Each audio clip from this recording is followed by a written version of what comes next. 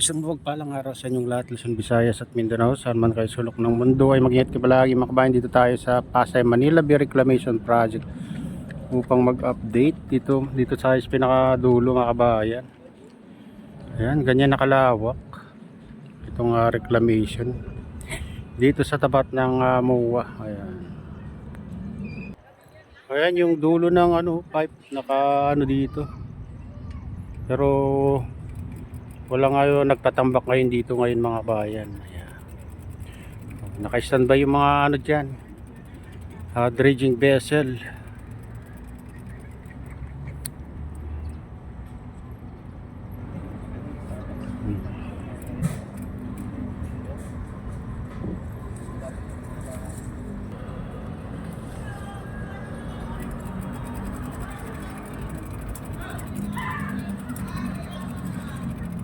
Dito sa wala nang naglilinis dito sa tabi ng seawall ng Mall of Asia.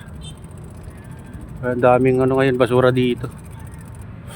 Ayan, ganyan nakalawak mga kabayan, no? Dito yung pinalawak nila. Nabago na yung itsura itong mga kabayan. Reclamation dito.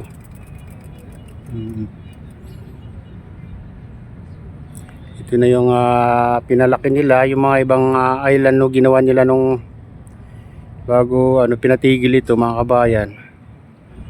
Ay binura nila mga kabayan, nilipat sa ibang island.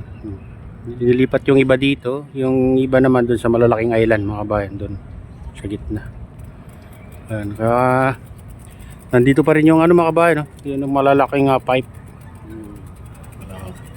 nakakonect dyan sa maliit na barko na yan. At saka dun sa mga dredging vessel na orange, yun ang talagang pang ship nang buhangin sa ilalim ng dagat mga kabayan. Dun sila naka-standby, walang ngayon nagtatambak. Kung makita nyo dyan dati tubig pa lang yan mga kabayan, pero ngayon tignan nyo, no? Natambakan na.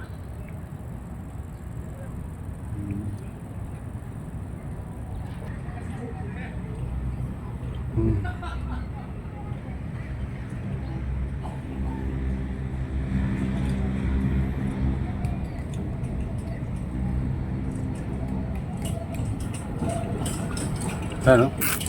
Ganyan kalawak mga bayan yung mga reclamation dito sa Pasay.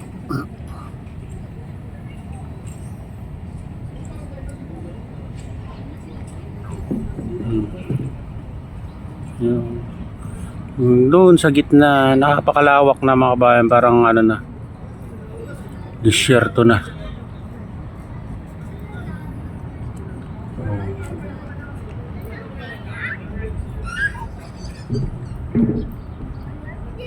Dito lang to huling tambak lang to mga kabayan, dito sa tapat natin.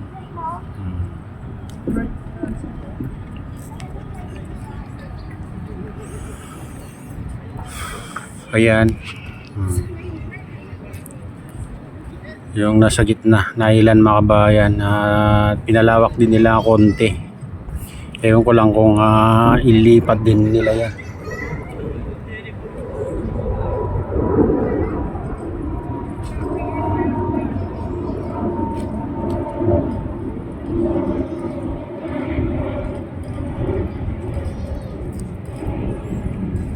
Dito yung minsan lagi nilang tinatangbakan mga kabayan, pero ngayon wala tayong nakita. Puro naka-standby yung malalaking barko sa gitna.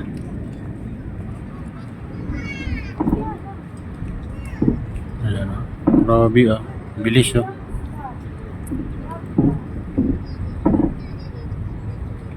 Saka doon mayroong isla doon na maliit sa gitna.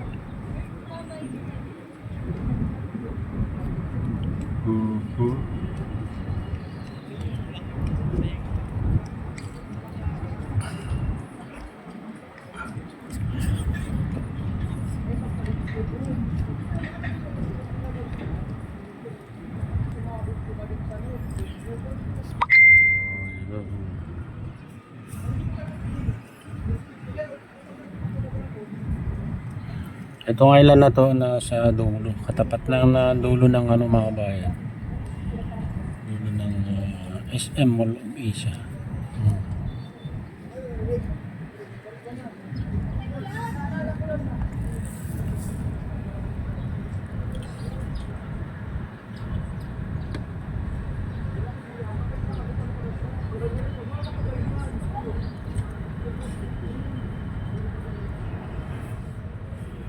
Kasi doon ibang may-ari na dyan mga kabayan, dyan sa mga building na yan.